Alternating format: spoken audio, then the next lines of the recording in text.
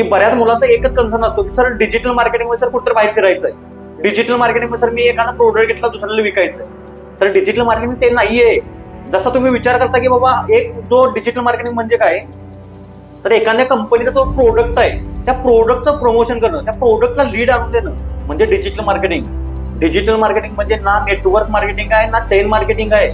आपल्या बऱ्याच मुलांचा प्रॉब्लेम एकच आहे, सर मार्केटिंग वर्ड आला म्हणजे सर काहीतरी विकायचं असतं. अरे मार्केटिंग म्हणजे विकणं नाहीये रे मित्रांनो. कारण आयटी मध्ये सुद्धा डिजिटल मार्केटिंगची वॅकन्सी आहे. सॉफ्टवेअर कंपनी असो, ऑटोमेशन असो, ऑटोमोबाईल असो, कोणत्याही कंपनीमध्ये जावा तुम्हाला डिजिटल मार्केटिंगची वॅकन्सी भेटते.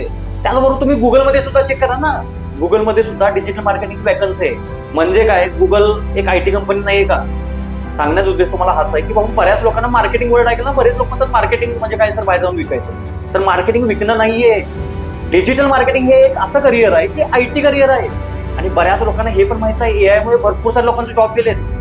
मग एआय बरोबर सिक्युअर करिअर जर बघत असाल ना तर तुम्हाला डिजिटल मार्केटिंग पेक्षा बेटर ऑप्शन असू शकत नाही.